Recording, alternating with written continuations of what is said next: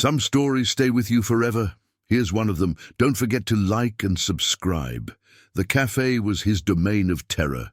Employees trembled whenever he appeared, and no one dared to challenge him. Until one waitress on her very first day did something that left the entire cafe in stunned silence. "Pick up that garbage off the floor with your mouth," Marcus Thorne shouted at Helen, a 52-year-old barista who had worked at the Daily Grind cafe for 8 years. He had deliberately knocked over an entire sugar bowl just to watch her humiliate herself. It was a Tuesday morning, and he was in an especially foul mood after a heated argument with his wife the night before. Trembling, Helen crouched down, her eyes brimming with tears as she tried to gather the scattered sugar with her hands, while other customers watched in horror. Marcus laughed loudly, a disgusting sound of someone who finds pleasure in the suffering of others. At 45, he was the owner of a multi-million-dollar construction company and believed his wealth gave him the right to treat people like dirt. "Hurry up! I have important meetings to get to, unlike you people who were born to serve," he bellowed, slamming his fist on the marble counter. The sound echoed through the room, making other customers flinch. Isabella Jones watched everything from her corner of the cafe. It was her first day as a waitress, and she couldn't believe what she was seeing. At 24, she had never witnessed such gratuitous cruelty. Her heart pounded with indignation, watching that woman being publicly humiliated. "Sir, please, I'll clean it up right away," Helen whispered, her voice broken with shame. Her hands trembled so much she could barely hold the cloth. "Please what?" Marcus snarled, leaning over the counter to get face to face with her. "Did you forget how to speak to your betters? It's Sir Marcus, you incompetent fool." The entire cafe fell into a hushed silence. Customers stopped drinking their coffee. Students closed their books. Everyone watched the scene of horror, too afraid to intervene. Marcus Thorne was known for suing anyone who crossed him, and his influence in the city was immense. "I'm so sorry, Sir Marcus," Helen repeated, now on her knees on the floor, picking up sugar grains one by one. The sight was heartbreaking. A hard-working woman, a mother of 2, being treated worse than an animal. "You can't even clean properly," Marcus continued, now deliberately stepping on the sugar too. "That's why people like you stay poor your whole lives. You don't even know how to work." Isabella felt something ignite within her. Every word from that man was like a dagger. She watched Helen humiliate herself, other employees bowing their heads in fear, customers pretending not to see to avoid getting involved. It was a blatant injustice happening right in front of everyone. The cafe manager, Mark, a 40-year-old man who supported 3 children, approached nervously. "Sir Marcus, maybe I can resolve this for you." "You're not going to resolve anything," Marcus exploded, turning all his fury on Mark. "This cafe is a dump. Incompetent employees, lousy service, everything's wrong. Do you think you can treat me like some random nobody who walks in here?" "No, sir, of course not," Mark replied, bowing as if before a king. "You are our most important customer. You have always been treated very well here." "Treated well?" Marcus roared so loudly that a child at a nearby table started to cry. "Look at this mess. Look at this incompetent on the floor. Is this treated well?" He kicked the broken sugar bowl, sending pieces flying. A fragment cut Helen's hand, and she let out a small whimper of pain, but didn't dare complain. "Now you're bleeding on my sugar," Marcus shouted as if it were her fault. "How disgusting! Filthy, incompetent people who aren't even good enough to work for free." Isabella couldn't take it anymore. She saw the blood running down Helen's hand. She saw the humiliation in the woman's eyes. She saw the cowardice of everyone else present. Something inside her awakened, a strength she didn't even know she possessed. "Excuse me," she said, approaching with firm steps. Her voice came out louder than she intended, cutting through the room like a blade. Marcus turned to her with a look of surprise and irritation. "What is it now? Another incompetent fool trying to get in my way? I wanted to know if you need Anything, Isabella said, stopping right in front of him. She didn't lower her eyes or bow her head. She stood tall, looking directly into his. "I need you people to learn how to work properly," he growled.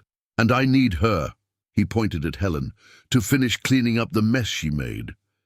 "She didn't make any mess," Isabella responded calmly. "You knocked over the sugar bowl." A heavy silence fell over the cafe. Mark's eyes widened in terror.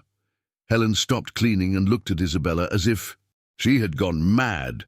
No one had ever confronted Marcus Thorne like that before. "What did you say?" Marcus asked, his voice low and dangerous. "Are you sure about what you just said, girl?" Isabella replied without hesitation. "I saw you knock the sugar bowl over on purpose. Everyone here saw it." Marcus's face turned red with rage. Veins popped out on his neck. His fists clenched. Never in his entire life had anyone dared to contradict him publicly. "You have no idea who you're talking to," he exploded, getting so close she could feel his breath. "I can ruin your pathetic life with one phone call. I can make sure you never get a job in this city again." "You can try," Isabella said, keeping her voice steady despite her pounding heart.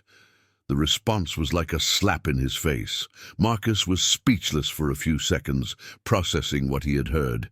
Then he exploded in a fury that frightened even himself. "What did you say?" he roared, slamming both hands on the counter so hard that cups rattled.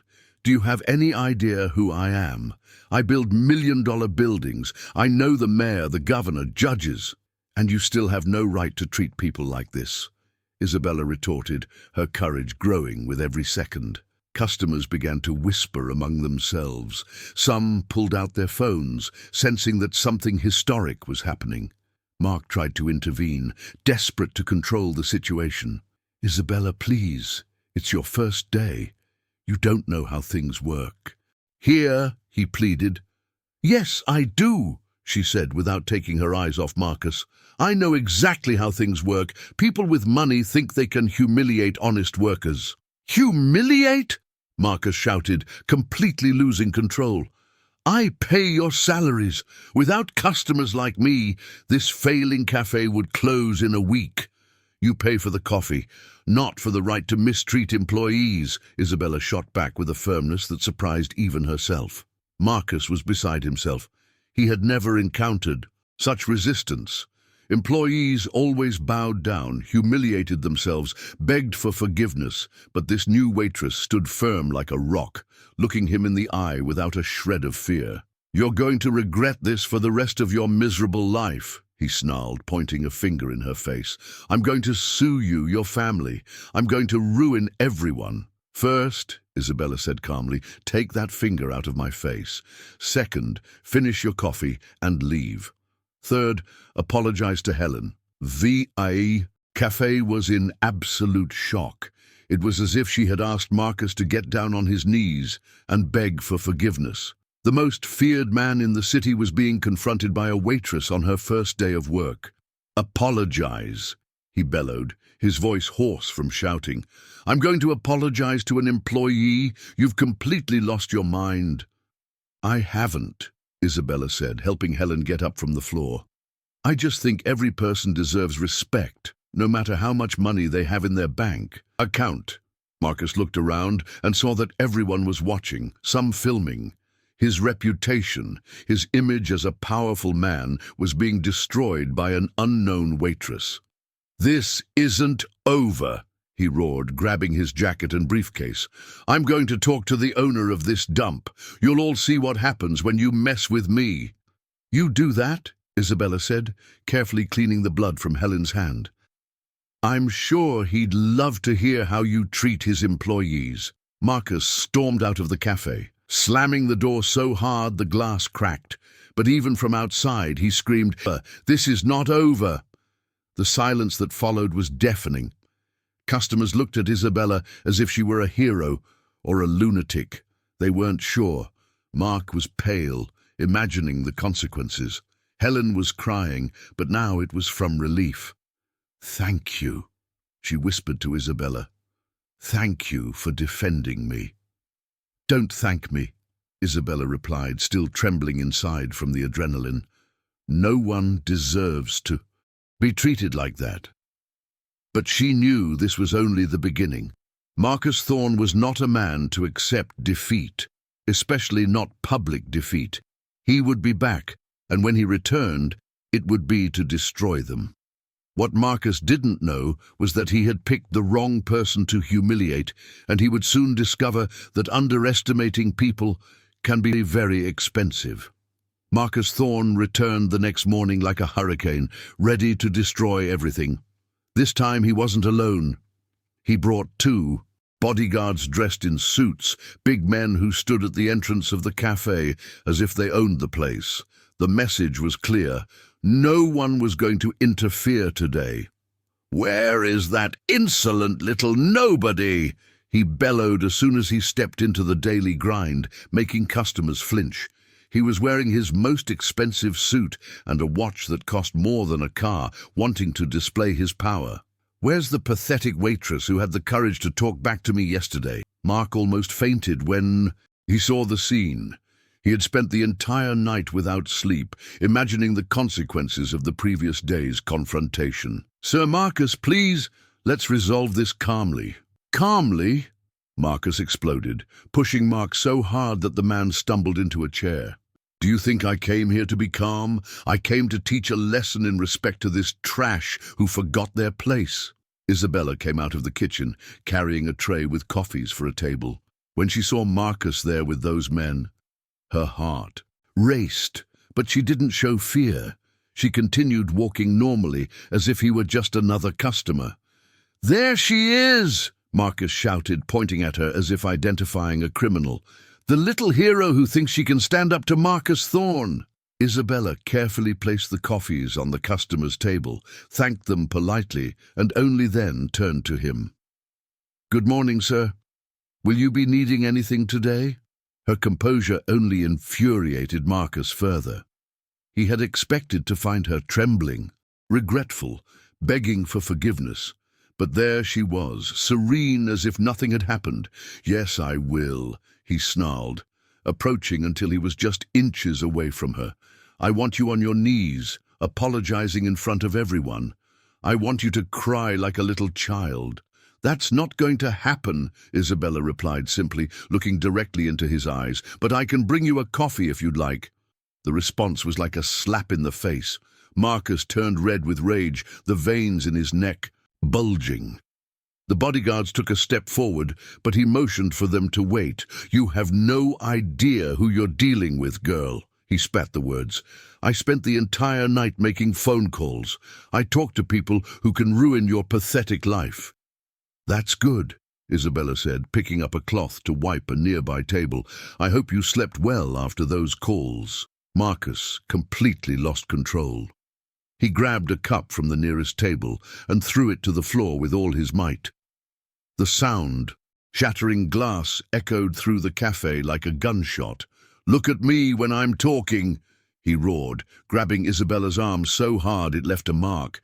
"You're going to respect me, you worthless person."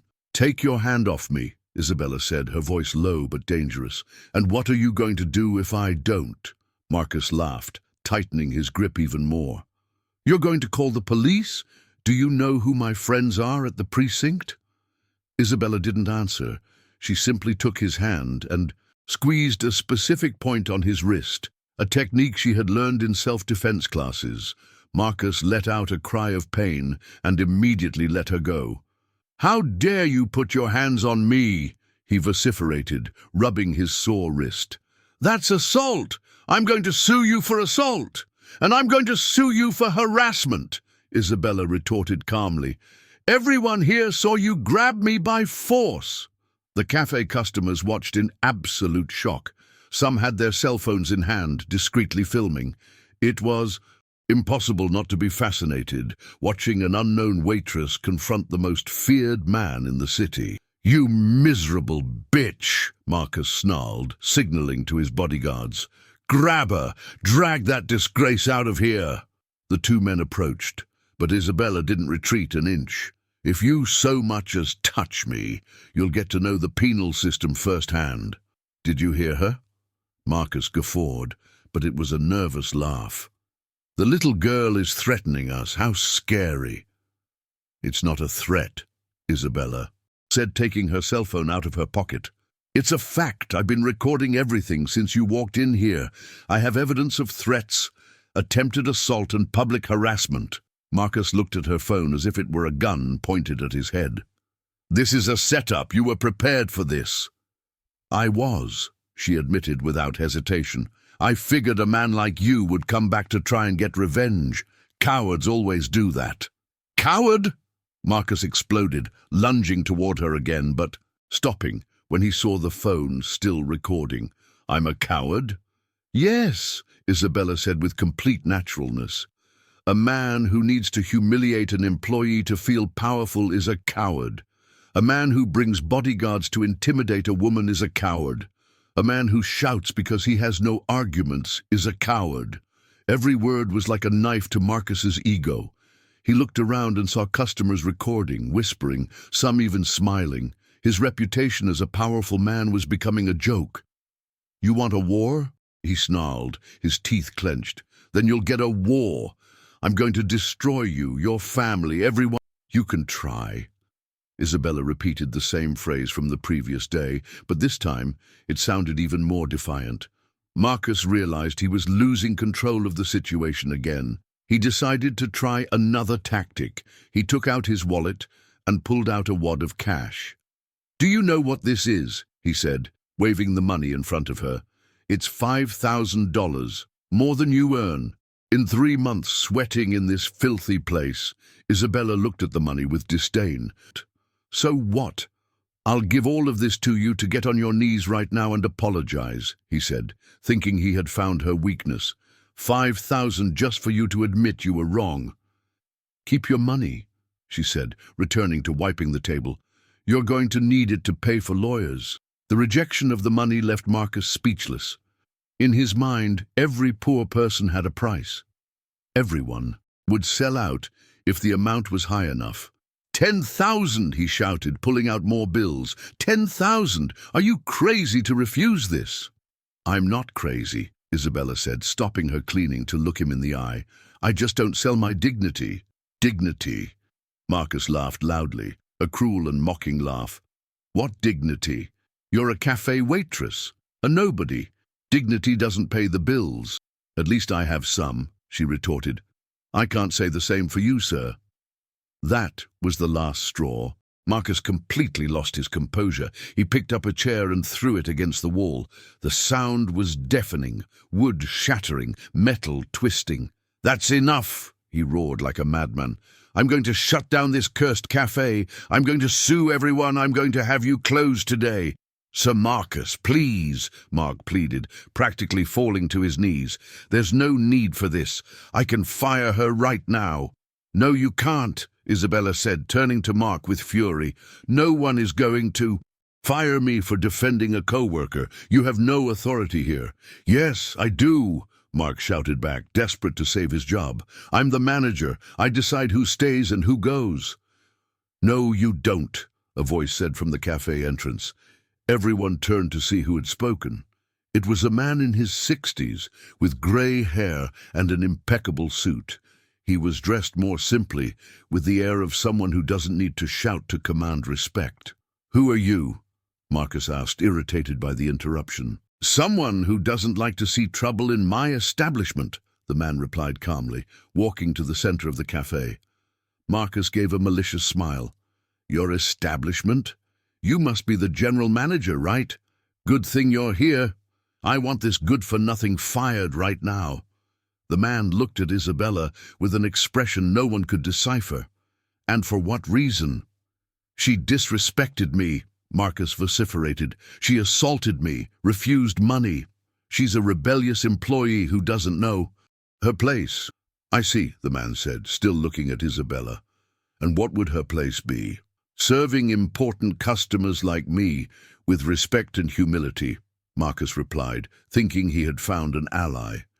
Not questioning, not talking back, just obeying. The man murmured, approaching Isabella. And you? What do you have to say about this? Isabella took a deep breath.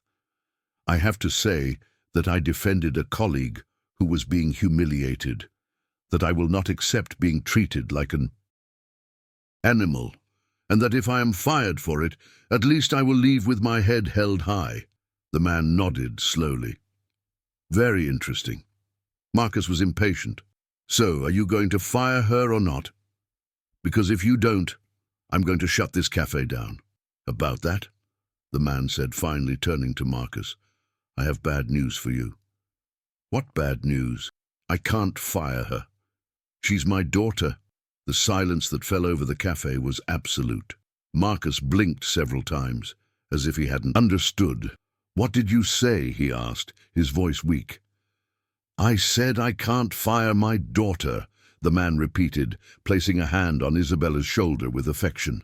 Isabella, how was your first real day of work? Marcus felt the floor give way beneath his feet. The waitress he had humiliated, threatened, and offered money to was the owner's daughter. Even worse, he had done it all in front of witnesses, on camera. Dad, Isabella said calmly, it was educational. I learned a lot about how some customers treat our employees. I imagine so, her father replied, now looking at Marcus with an expression that promised nothing good. Marcus was pale, sweating profusely, trying to process the scale of the catastrophe he had created. He had threatened, humiliated, and tried to bribe the owner's daughter in front of everyone. I didn't know, he stammered, all his arrogance evaporating. Of course you didn't, Isabella said. If you had known, you would have treated me with respect. Because you only respect people who have power, don't you? Marcus looked around desperately. The bodyguards were gone. Mark was white as a sheet. Customers were still filming. He was alone, exposed, humiliated. The tables had completely turned, and the worst was yet to come. Mr. Robert, Marcus stammered, the sweat pouring down his forehead as he tried to approach Isabella's father. I can explain. It was all a misunderstanding. Your daughter provoked me. She was disrespectful. Robert Mendez, owner of the entire chain of the daily grind cafes in the city, looked at Marcus with an expression that froze the millionaire's blood. A misunderstanding? Interesting. Tell me more about this misunderstanding. She was insolent with me, Marcus said, pointing at Isabella as if she were a criminal. I've been a customer for years. I pay well. I deserve respect, but she treated me like just anyone. Just anyone, Robert repeated, walking slowly around Marcus like a predator, circling its prey. And how exactly should my daughter have treated you? With manners, with submission, the way employees should treat important customers, Marcus replied, still not realizing he was digging his own grave. Robert stopped in front of him, his eyes as cold as ice. Submission. An interesting choice of words. Isabella calmly approached her father, holding the cell phone that had recorded everything. Dad, do you want to see how this important customer treats our employees? She pressed play on the video from yesterday. Marcus's voice echoed through the cafe. Pick up that garbage off the floor with your mouth, like the dog you are. The silence that followed was deadly. Robert clenched his fists, veins bulging in his temples.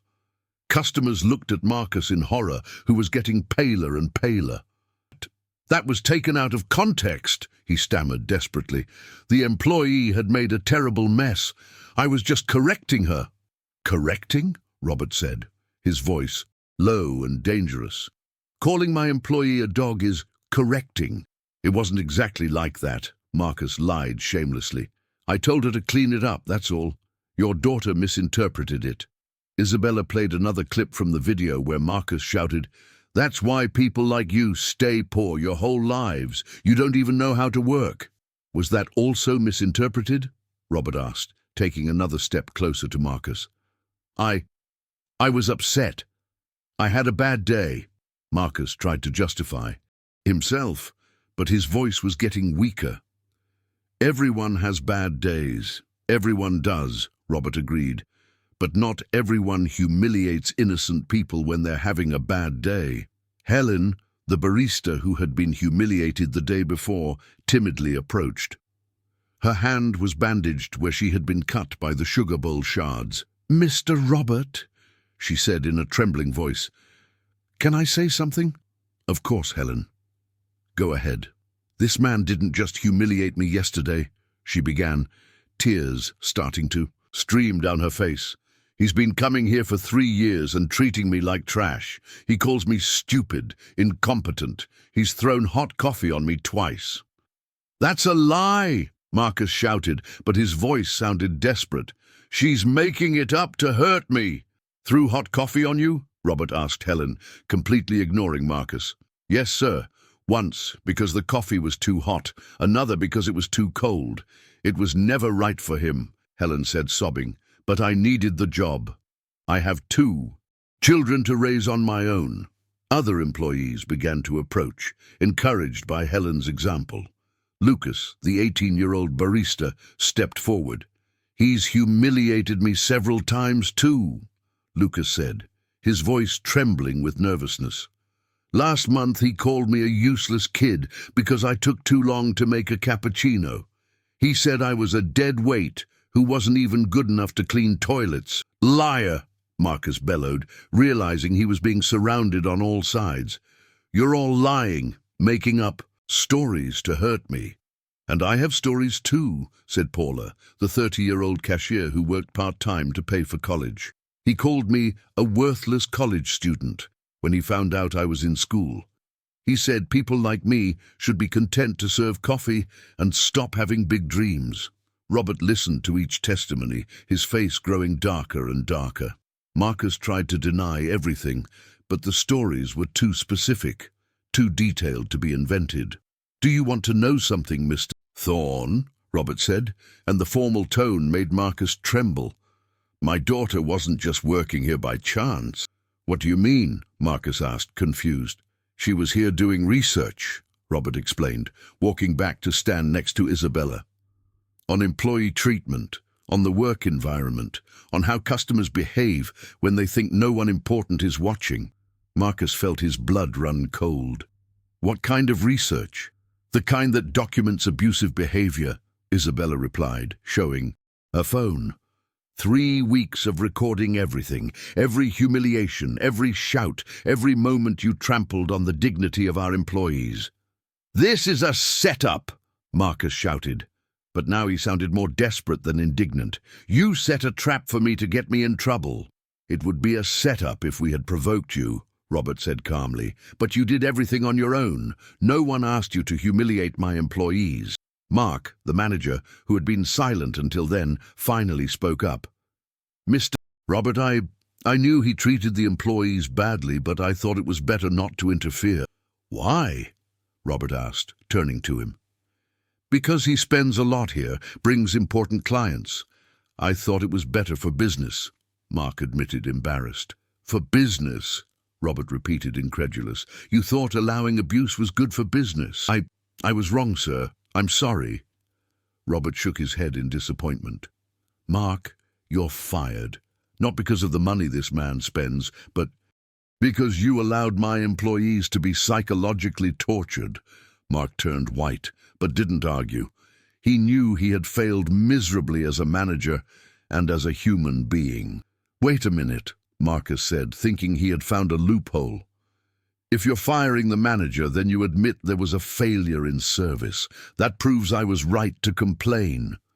Robert looked at him as if he were looking at a disgusting insect. "The only failure was allowing an arrogant man like you to continue frequenting my establishment." "Arrogant? Me?"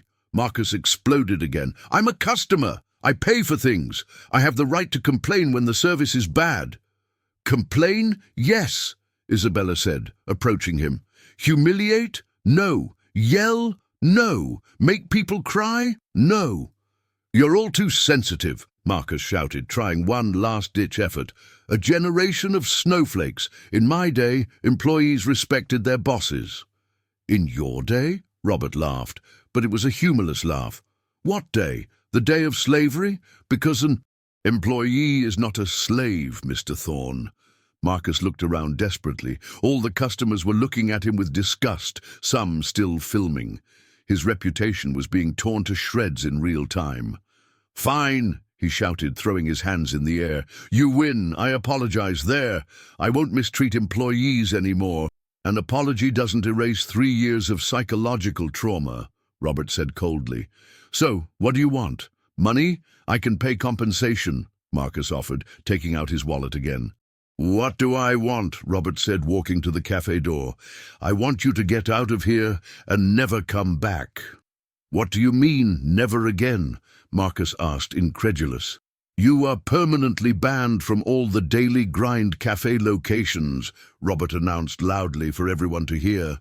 "Your photo will be sent to all managers. If you try to enter any of our cafes, the police will be called." "You can't do this to me!" Marcus bellowed, finally realizing the gravity of the situation. "I'm going to sue you. I'm going to shut down this garbage business." "You can try," Isabella said, repeating the phrase that was driving Marcus crazy once again. "But before that, we're going to sue you." "Sue me for what?" "For moral harassment, psychological damage to employees, disturbing the peace, attempted assault," Robert listed calmly. "We have everything on video. We have witnesses. We have evidence." Marcus was silent for a few seconds, finally understanding that he had completely lost. There was no ace up his sleeve, no clever way out, no money that could fix the situation. "You'll regret this," he said. But now it sounded more like a child throwing a tantrum than a real threat. "The only one who's going to regret it is you," Isabella replied. "When you discover that treating people badly has consequences." Marcus took one last look around the cafe. He saw employees who were no longer afraid of him, customers who looked at him with contempt, a situation that had completely spun out of his control. "This isn't over," he muttered, walking toward the door. "Oh, yes, it is," Robert said, holding the door open for him. "And one more thing, Mr. Thorne. The other businesses in this city will know how you treat employees. I hope you enjoy drinking coffee at home." Marcus left the cafe for the second time, but this time he didn't slam the door. He was defeated, humiliated, exposed, and he knew the worst was yet to come. Inside the cafe, employees began to applaud. It was the first time in years they felt truly protected and valued. "Thank you, Mr. Robert," Helen said, still crying, but now with relief. "Thank you for defending us." "You don't need to thank me," Robert replied, looking at his daughter with pride. "You all deserve respect. You always have." Isabella smiled, knowing the mission had been accomplished, but she also knew that Marcus Thorne was not the kind of man to accept defeat easily. The war had just begun. Marcus Thorne was not a man to accept defeat. 3 days after the humiliation at the cafe, he was in his private office, meticulously planning a scheme to destroy Robert Mendez and his arrogant daughter. If they thought they had won, they were very wrong.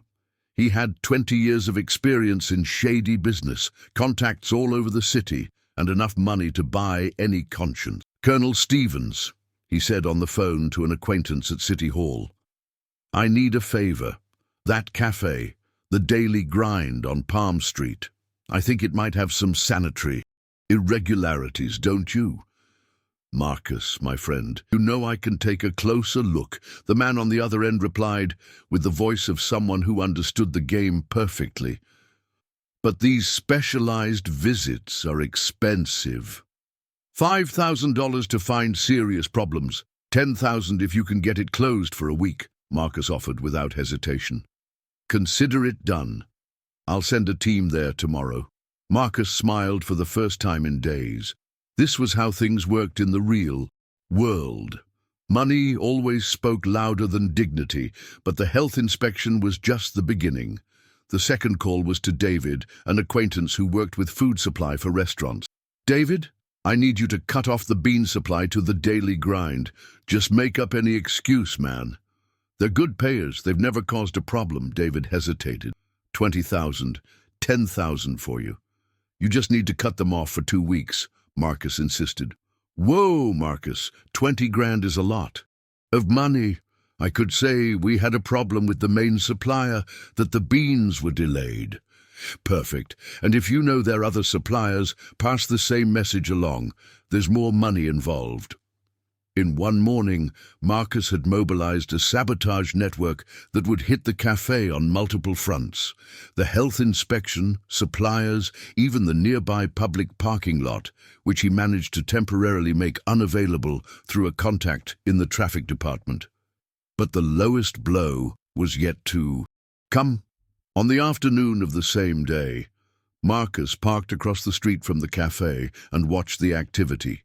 He knew some of the employees by sight.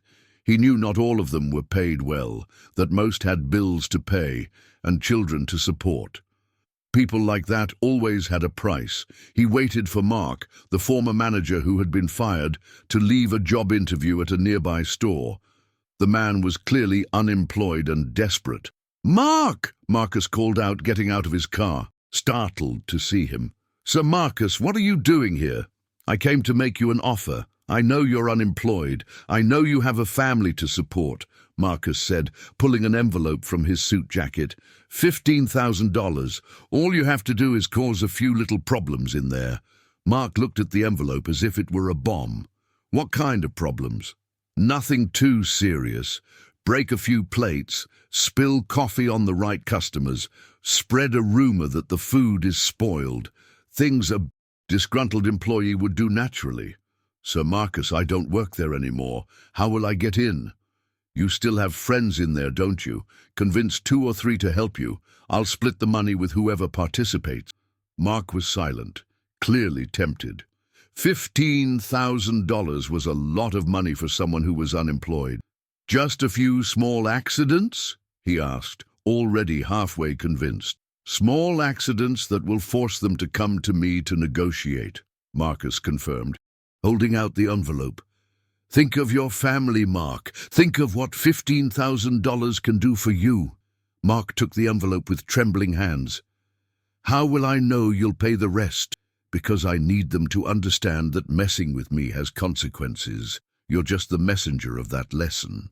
The next day, the operation began. The health inspection team arrived at the cafe at 8 a.m. with a team of 5 people and a list of absurd demands. They wanted to check every product, every utensil, every corner of the establishment. "Mr. Robert," the head inspector said with a stern face, "we received an anonymous tip about serious irregularities here." Robert, who was checking inventory, frowned. "What kind of irregularities?" "We always follow all the rules. That's what we're going to find out. You can stay open, but don't touch anything we're examining." For 2 hours, the inspectors examined every detail, photographed everything, and noted supposed problems on perfectly good utensils. It was clearly a witch hunt, but Robert could do nothing but cooperate. "Dad?" Isabella approached him while they observed the inspection. "This isn't normal. They're looking for problems where none exist." "I know, honey. Someone is behind this." "Marcus," she said without hesitation. "Probably, but we'll let them finish and see what happens." Meanwhile, across the street, Marcus watched the commotion with satisfaction. Phase 1 of the plan was working perfectly. The cafe was being inspected as if it were a drug lab, creating embarrassment and losing customers who decided not to enter, seeing the confusion. Around noon, the second part of the plan arrived. The bean supplier called Robert to say they had technical problems and couldn't deliver the week's order. The milk supplier called 15 minutes later with the same excuse. Then it was the sugar supplier. "Dad, this is no coincidence," Isabella said, watching Robert hang up the third phone with a worried look. "Definitely not," Robert agreed. "Someone is pressuring our suppliers. We'll be out of stock by the end of the week." "Calm down, everyone," Robert tried to reassure the team. "I'll find alternative suppliers. We're not going to let this get us down." But Marcus was just getting warmed up. In the afternoon, Mark appeared at the cafe as a regular customer, accompanied by 2 former colleagues who were also unemployed. The 3 ordered coffee and sat at strategic tables. "Remember the plan," Mark whispered to his accomplices. Small accidents, nothing too obvious. The first accident happened when one of them intentionally knocked a full cup of coffee onto the floor near other customers. "Wow, this floor is so slippery," he said loudly enough for everyone to hear. "I almost hurt myself." The second was when Mark complained loudly that the coffee had a strange taste. "Is this milk spoiled? It smells a little sour." Lucas, who had prepared the coffee, turned red with embarrassment. "Sir, the milk is fresh. It came in this morning." "I don't know, kid. You'd better check that," Mark insisted, making other customers look at their own drinks with suspicion. The third accident was more serious. One of Mark's accomplices placed a strand of hair in his own sandwich and then yelled, "Disgusting! There's hair in my food! What a lack of hygiene!" The scene caught the attention of the entire cafe. Customers stopped eating. Some asked to cancel their orders. Others left without paying. "Sir, I'm so sorry." Paula tried to resolve the situation. "We'll replace your sandwich immediately." "Replace nothing. I'm going to report you to the health department," the man yelled, putting on the biggest show possible. Isabella watched everything from a distance, realizing that these three men were not ordinary customers. There was something too rehearsed about the accidents, too convenient with the problems they were already facing. "Helen," she called the barista. "Do you know those three men over there?" Helen looked discreetly. "The one in the middle is Mark, who used to work here. He was fired last week." "And what is a fired ex-employee doing here causing problems?" "Good question," Helen replied, also suspicious. Robert approached the two of them. "What are you two talking about?" "Dad, those men are not normal customers. They're causing trouble on purpose," Isabella explained. Robert watched the three of them for a few seconds. "You think they were hired for this?" "I'm sure of it," Isabella replied. "And I know who hired them. It was the war Marcus had promised, but he had no idea that his sabotage strategy was being observed and understood." Isabella was not just a new waitress.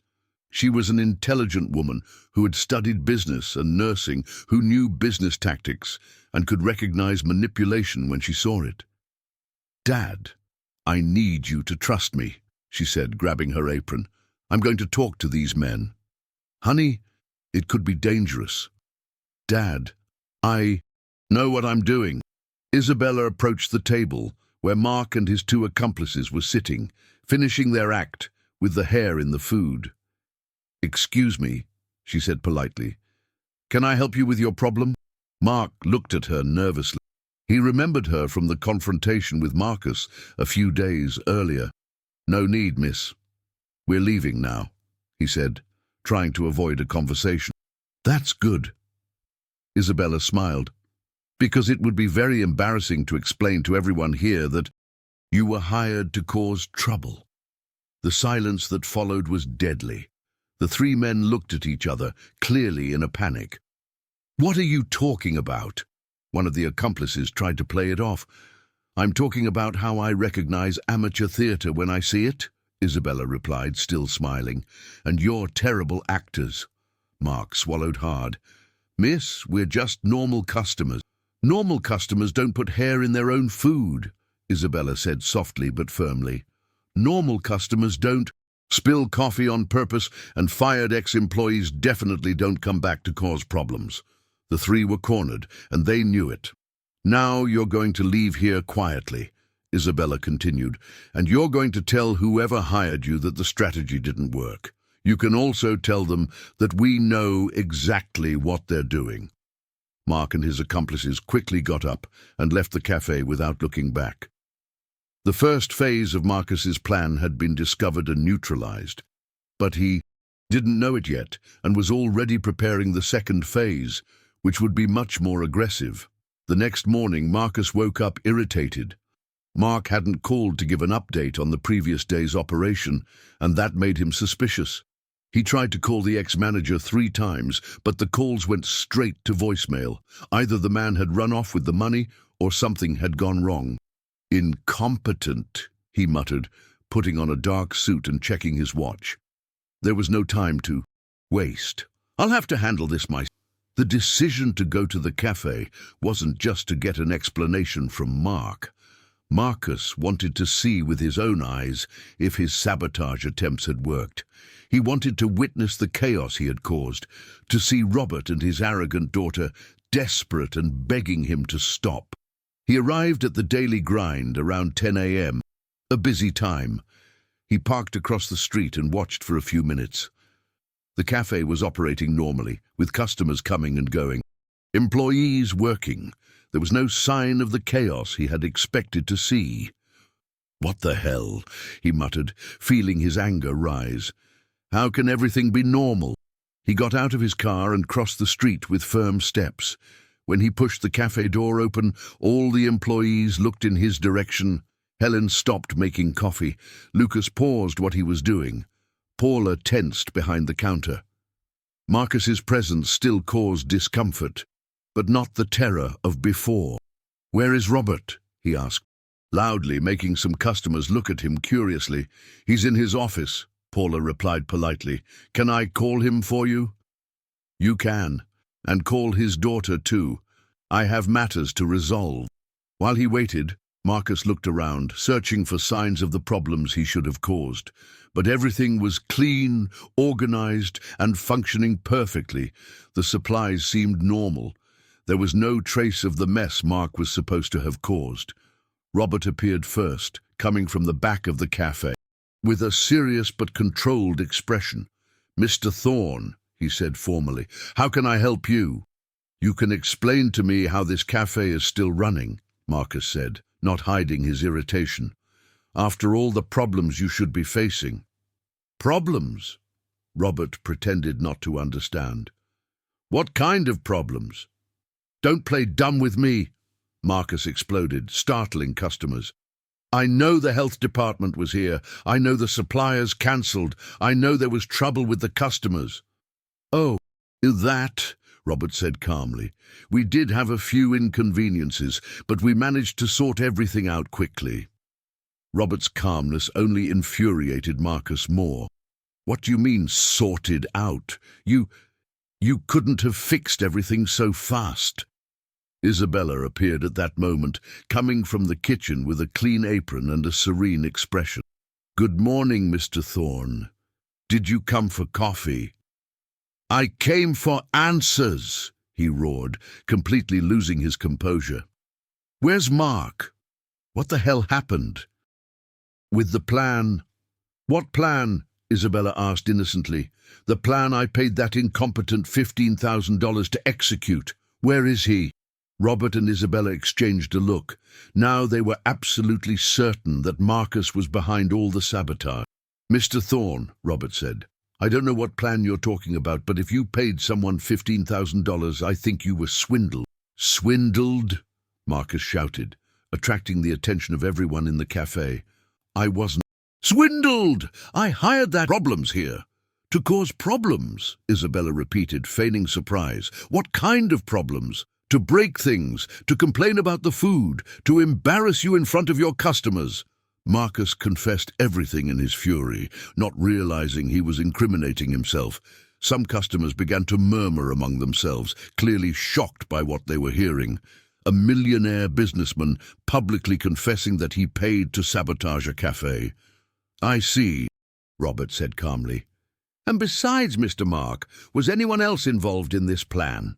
"Of course! I paid the suppliers to cancel deliveries. I paid the health department staff to harass you. I paid to block the parking lot." Marcus continued to confess, blind with rage. "Interesting," Isabella said, discreetly taking out her phone and starting a recording. "And why did you do all this?" "Because you humiliated me," he bellowed, his face red with hatred. "Because you thought you could treat me like just anyone, because you forgot who you were messing with." "So you're confessing to committing several crimes?" Robert asked. "Crimes? What crimes?" Marcus exploded. "I have money. I can do whatever I want with my money. Bribery of public officials, commercial sabotage, conspiracy to commit a crime," Isabella listed calmly. "It's not a crime when you have money to pay," Marcus shouted, completely out of his mind. It was at that moment that his heart began to beat dangerously fast. The anger, the stress of the past few days, the frustration of seeing his plans fail, it was all taking its toll. He felt a sharp pain in his chest, as if someone were squeezing his heart in a vice. He stammered, putting a hand to his chest. "Mr. Thorne, are you feeling okay?" Isabella asked, noticing he had gone pale. "No, I can't breathe right," he mumbled, staggering. The chest pain intensified brutally. It was as if an elephant was standing on his chest. His left arm began to tingle. His vision blurred. Cold sweat poured down his forehead. "Dad!" Isabella shouted, running toward Marcus when she saw he was about to pass out. "He's having a heart attack!" Marcus collapsed heavily, hitting his head on a table before falling to the floor. The sound echoed through the cafe, making customers scream and back away. "Someone call an ambulance!" Robert shouted, but Isabella was already kneeling beside Marcus. "No time," she said, quickly checking his vital signs. "He's in cardiac arrest." The nursing training she had done years ago flashed back to her mind like a movie in fast motion. Even though she had changed careers to help her father with the business, she had never forgotten emergency procedures. "Dad, clear everyone away," she ordered, tearing open Marcus's shirt to expose his chest. "Helen, get clean towels. Paula, call the emergency services and tell them it's a heart attack with cardiac arrest." Without hesitation, Isabella positioned her hands on Marcus's chest and began CPR. 30 fast, deep compressions, then mouth-to-mouth resuscitation, then another 30 compressions. 1, 2, 3, she counted aloud, pumping his heart with force and precision. The man who just minutes before had confessed to trying to destroy her family was literally in her hands. It would have been so easy to do nothing, to let the consequences of his own anger take him away. No one would question her if she had tried to help but failed. But Isabella was not like Marcus. She did not let hatred or revenge guide her actions. 15, 16, 17, she continued the compressions, sweating from the physical effort. "Isabella," Robert said softly, "you don't have to do this after everything he did." "Yes, I do, Dad," she replied without stopping the compressions, "because it's the right thing to do." 3 minutes of CPR. 4 minutes. 5. Isabella's arms ached from the constant effort, but she didn't stop. Several times it seemed like it wouldn't work, that Marcus had gone too far. "Come on, you stubborn fool," she murmured during a pause for artificial respiration. "You're not going to die in my cafe." In the 6th minute, finally, Marcus took a strong breath and opened his eyes. He was alive, conscious, looking directly into the face of the woman who had just saved his life.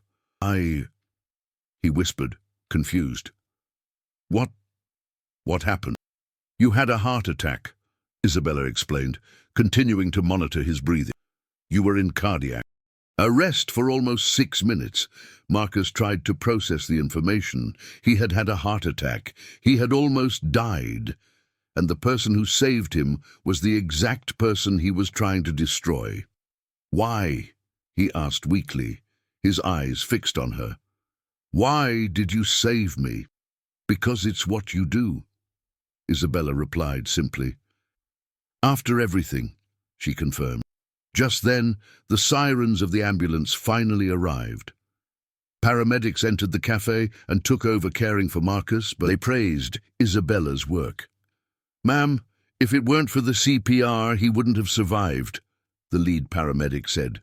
"You did a perfect job." "I studied nursing," she explained. "I never thought I'd need to use it in a situation like this." As the paramedics prepared Marcus for transport, he never took his eyes off Isabella. For the first time in his life, he was genuinely grateful to someone. Not a gratefulness born of self-interest, not a calculated gratefulness, but pure, true gratitude. "Isabella," he called out weakly as they began to place him on the stretcher. She approached. "Thank you," he whispered. I don't deserve it." "Everyone deserves a second chance," she replied. "The question is, What are you going to do with your... When the ambulance departed, taking Marcus to the hospital, the cafe was silent. Customers who had witnessed the entire scene were still processing what they had seen.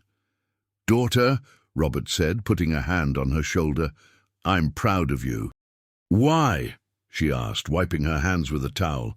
"Because even after everything he did, you chose to save his life. That shows what kind of person you are." Isabella looked out the window in the direction the ambulance had gone. "Dad, everyone makes mistakes. Some bigger, some smaller. But life is sacred.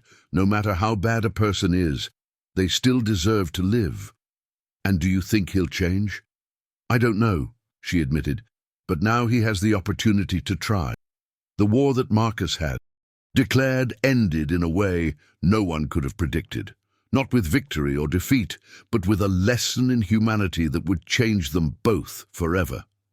Marcus had been in the hospital for 3 days, recovering from the heart attack, when he finally felt strong enough to fully process everything that had happened.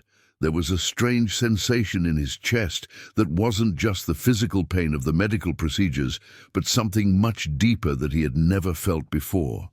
For the first time in his 45 years of life, he felt genuinely grateful to someone, and it wasn't a self-serving or calculated gratitude, but something pure that came from the depths of his soul.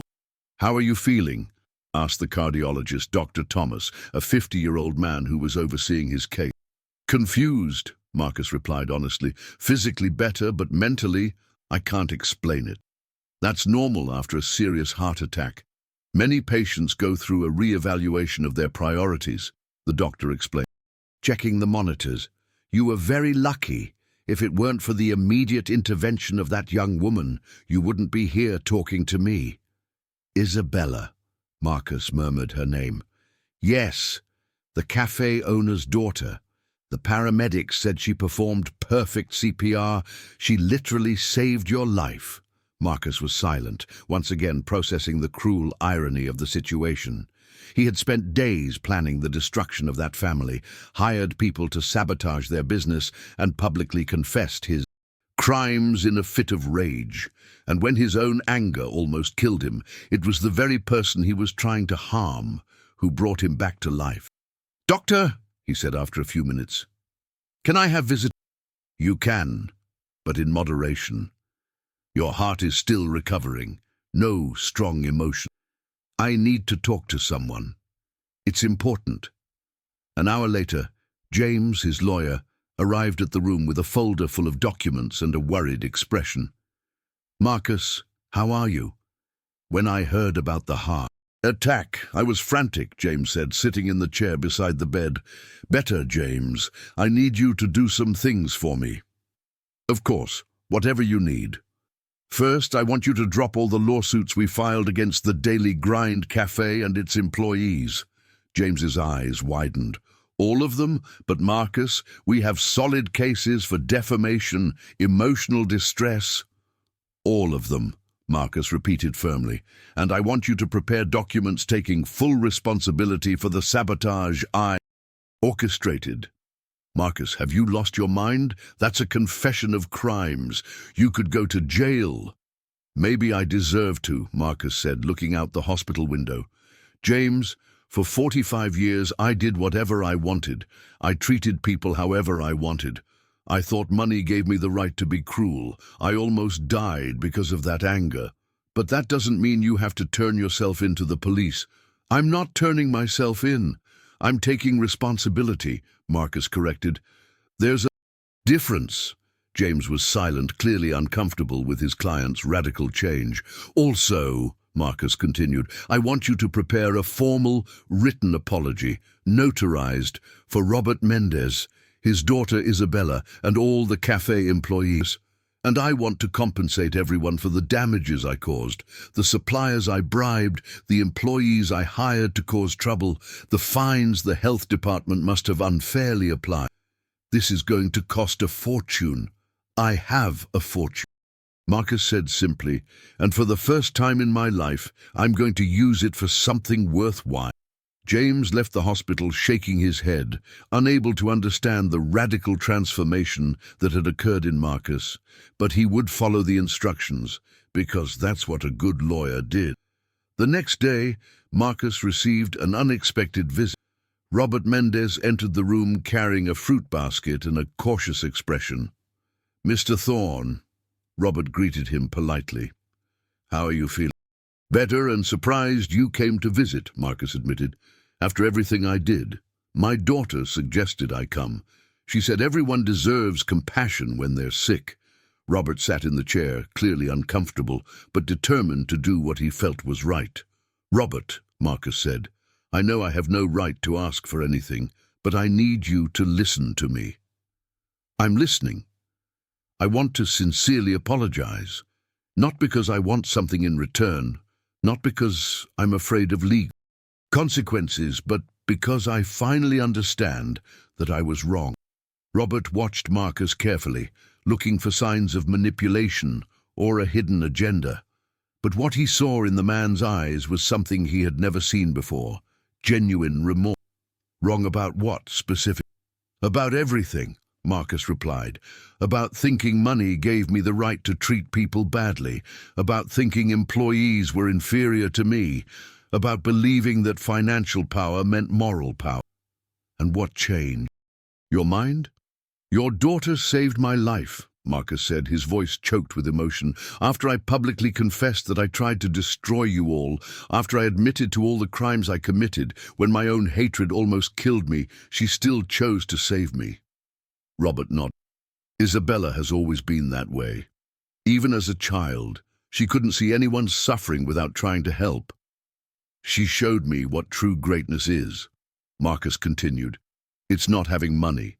It's not having power over other people. It's having character. It's doing the right thing even when it's not easy. And now?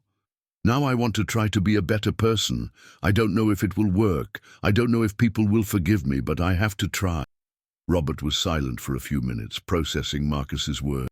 "Mr. Thorne," he said finally, "real change takes time. It doesn't happen overnight just because you had a traumatic experience. I know, but the fact that I'm here talking to you like this is a start." Marcus felt his eyes well up. "Robert, can I ask you something?" "Of course. How did you raise a daughter like Isabella? How did you teach her to have so much character?" Robert smiled for the first time since entering the room. "I didn't teach her anything. I just showed her by example how to treat people with respect. Isabella always saw how I talked to employees, how I resolved conflicts, how I treated difficult customers like me, especially customers like you," Robert confirmed. "I always told her that a difficult person is usually a person who is hurting inside, and she believed it. She saw you in the hospital alone, with no family nearby, no genuine friends. I think she understood that your cruelty came from a pain you didn't even recognize yourself." Marcus swallowed hard. It was true. Behind all his arrogance, there was a deep loneliness he had never admitted, even to him. "Robert, do you think it's possible for someone like me to really change?" "I think anyone can change if they really want to. The question is, do you really want to, or are you just afraid of the consequences?" Marcus thought carefully before answering. "A few days ago, I would have said I was afraid of the consequences. Now I genuinely want to be a person who deserves what your daughter did for me." "Then you've already started to change," Robert said, getting up to leave. "Robert, wait," Marcus called him. "Tell Isabella that I'm grateful, more grateful than I have words to express." "I will. But it would be better if you told her yourself when you get out of the hospital." "She'll want to see me?" "There's only one way to find out." After Robert left, Marcus was alone with his thoughts. For the first time in decades, he wasn't thinking about business, money, how to get revenge on someone, or how to show power. He was thinking about how he could use the time he had left in his life to try and make up for at least some of the harm he had done. He picked up his phone and called James. "James, it's me. I want you to do one more thing." "What now, Marcus?" I want to create a foundation to help employees who are mistreated at work. I'm going to put half of my fortune into it." "Half of your fortune, Marcus? Are you delirious from the medication?" "I've never been more lucid in my life," Marcus replied. "And James?" "Yes? I want Isabella Mendez to be the CEO of the foundation, the cafe owner's daughter, the woman who saved my life," Marcus corrected, "and who showed me how to use power correctly." When he hung up the phone, Marcus felt something he hadn't felt in decades: peace. Not the peace of someone who has everything under control, but the peace of someone who has finally found a purpose that was worthwhile. He looked out the hospital window and saw the city below, full of people, working, struggling, trying to survive with dignity. For the first time, he didn't feel superior to them. He felt like one of them. And that was the beginning of everything. A week after being discharged from the hospital, Marcus stood in front of the Daily Grind cafe with an envelope in his hands and his heart beating fast. Not with anger as before, but with genuine nervousness. It was mid-afternoon, a quieter time, and he had chosen this moment on purpose to avoid a scene. He took a deep breath and pushed the door open. The bell at the entrance chimed softly, and every head turned in his direction. Helen stopped cleaning the counter. Lucas paused his coffee preparation. Paula looked surprised from the cash register, but this time there was no fear in their eyes, only cautious curiosity. "Good afternoon," he said softly, more politely than he had ever been in that place. "Good afternoon, Sir Marcus," Helen replied, and for the first time she didn't tremble when speaking to him. "How are you feeling?" "Better. Thank you. Can I talk to you all?" "To you, Lucas, Paula. And I'd like Robert and Isabella to be here too." "Of course," she said, signaling to the others. "I'll call them." Within minutes, everyone was gathered at a table in the back of the cafe. Marcus sat facing them, the envelope still closed in his hands. It was the first time he had sat there as an equal, not as someone superior judging inferior. "I prepared some things to say," he began, clearly nervous. "But now that I'm here, I see that words aren't enough." He opened the envelope and took out several documents. "First, these are the proofs that I have cancelled all the lawsuits against the cafe and against all of you. There will be no more legal action." Robert nodded but said nothing. "Second," Marcus continued, taking out another paper, "this is a signed confession of all the crimes I committed: bribery of public officials, commercial sabotage, conspiracy to commit a crime. I turned in a copy to the police station yesterday." "Sir Marcus," Isabella said, surprised. "That wasn't necessary. You could get into serious trouble." "It was necessary," he gently interrupted her. "For 45 years, I did whatever I wanted without facing consequences. It's time to answer for my actions." He took out a third document. "This is a compensatory check for all the damages I caused. $20,000 for each employee I humiliated or harmed." "Sir Marcus," Lucas said, "we don't want your money." "It's not my money," he corrected. "It's a debt I'm paying. You suffered because of me. You lost sleep. You had emotional problems. It's the least I can do to make amends." Tears welled up in Helen's eyes. "Sir Marcus, you've really changed, haven't you?" "I'm trying, Helen. Every day I'm trying to be a person who deserves what Isabella did for me." He turned to Isabella, who had remained silent, watching everything. "Isabella, can I talk to you alone for a few minutes?" She looked at her father, who nodded. "Of course." The two moved to a table in the corner, away from the other. "Isabella," Marcus began, his voice choked with emotion, "I don't even know where to begin to thank you." "You already thanked me at the hospital," she said softly. "You don't need to do it anymore." "I do. You saved my life in every possible sense. You didn't just bring me back from cardiac arrest. You showed me what kind of person I could be." "What kind of person?" "A person who uses what they have to help, not to destroy. A person who sees humanity in others, not just opportunities to... Isabella watched him carefully. And what do you plan to do with that discovery? Marcus took the last document from the envelope. I want to offer you something, but first I need to explain why. You can explain. I created a foundation called Second Chance. It will help employees who are mistreated at work, offering psychological support, legal assistance, and job placement. I've put 50% of my fortune into it. Isabella's eyes widened. 50%? $52 million, he confirmed. And I want you to be the CEO. Me? Why? Because you have something I never had. Genuine character.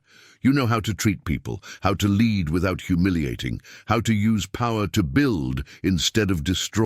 Sir Marcus, I haven't even finished college yet. You have something more important than a degree. You have a heart. And besides, you have a background in nursing and you're studying business administration. You know how to care for people and you know how to manage a business. Isabella was silent, processing the offer. Can I think about it? Of course, but I want you to know that it's not charity. It's not exaggerated gratitude. It's recognition. You are the right person to lead this. They returned to the table where the others were waiting. Robert, Marcus addressed her father, I want to ask for your permission for something. What kind of permission to try to be a better man? I know I can't erase the past, but I want to build a different future, and I'd like to do it with your guidance. What do you mean? I want to work as a volunteer here at the cafe, a few hours a week, doing whatever you need me to do, cleaning, organizing, serving. I want to learn what it's like to really work, not just to give orders. Robert was surprised. Marcus, you don't have to do that. Yes, I do. For 20 years I gave orders to employees without ever having been an employee. How can I understand what it means to work if I've never really worked? And your company, your businesses? I sold everything. I used half the money to create the foundation, a quarter to pay all the debts and reparations I owed. I invested the rest in a simple account that gives me a basic income to live on.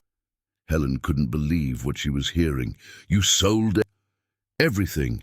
The apartment, the imported car, the investments. Now I live in a simple 2-bedroom apartment and take public transportation. But why? Lucas asked, genuinely curious. Because I discovered that none of that made me happy. It gave me power over other people, but it didn't give me peace. It gave me respect born of fear, but it didn't give me true friendship. Paula spoke up for the first time. And are you happy now? Marcus thought carefully before answering. I'm at peace. Maybe it's the first time in my life I've slept without nightmares, woken up without anger, spent the day without feeling the need to humiliate someone to feel important. That is happy. Then yes, you're starting to be happy, Isabella said softly. Robert leaned forward. Marcus, I'll accept you as a volunteer here, but with a few conditions. Whatever you want. First, you'll start by cleaning bathrooms and washing dishes. You want to learn what it's like to work? You'll start from the bottom, just like everyone else. I accept. Second, any sign that you're reverting to your old behavior and you're out of here immediately. Fair enough. Third, you will go to therapy. Real change needs professional help. I've already started 2 sessions a week. Robert smiled for the first time. Then, welcome to the team, Marcus. The next few months were the most educational of Marcus's life. Every day he arrived at the cafe at 6 a.m., put on a simple apron and did whatever task he was given. He washed bathrooms, cleaned tables, carried stock, organized the storage room. At first, it was humiliating. His hands, which had never done manual labor, were sore. His back ached from carrying heavy boxes. His feet swelled from standing for hours, but little by little, he began to understand what millions of people faced every day. The dignity of honest work, the satisfaction of seeing something clean after you cleaned it, the importance of every role on a team. Marcus, Helen said one day, watching him scrub the floor with dedication, Can I tell you something? Of course. In the beginning, I thought you were faking it, that it was all an act to clean up your image. And now? Now I see that you've really changed. No one fakes it for that long. No one cleans bathrooms with that much care just to Thank you for giving me a chance. Thank you for giving yourself a chance, she replied. 6 months later, on a sunny afternoon, Isabella finally gave her answer about the foundation. I accept the position of CEO of the Second Chance Foundation, she said, but with one condition. What's that? You'll be the coordinator. You'll visit companies, talk to mistreated employees, use your experience to identify situations of abuse. My experience as an abuser. Your experience as a man of transformation. Who better than someone who was once cruel to recognize cruelty? And who better than someone who truly changed to show that change is... Marcus felt his eyes well up. It would be an honor. Today, 2 years after the heart attack that changed his life, Marcus works every morning at the Grind Cafe and every afternoon at the Second Chance Foundation. They have already helped over 300 employees get out of abusive work situations. He still lives in the simple apartment, still takes the bus, still doesn't have an imported car or a designer watch, but for the first time in his life, he has something much more valuable. True friends. Helen, Lucas, Paula, he said one afternoon, taking off his apron after a day of work. Thank you for teaching me what I never learned in 45 years. What did we teach you? Lucas asked, smiling. That wealth isn't what you have in the bank. It's the respect you earn, the peace you feel, and the people who stand by you, not out of fear or self-interest, but because they genuinely like you. And you learned the lesson well, Isabella said, approaching with the foundation's monthly report. I'm still learning, Marcus corrected. Every day, I'm still learning. When he left the cafe that afternoon, Marcus was no longer the arrogant man who humiliated employees for pleasure. He was a man who had discovered that true greatness was not in making others feel small, but in helping them feel important. And for the first time in decades, he slept in peace, knowing he had made good use of the day he was given as a gift. Thank you for watching. May this story inspire your like, share, and stay tuned for more.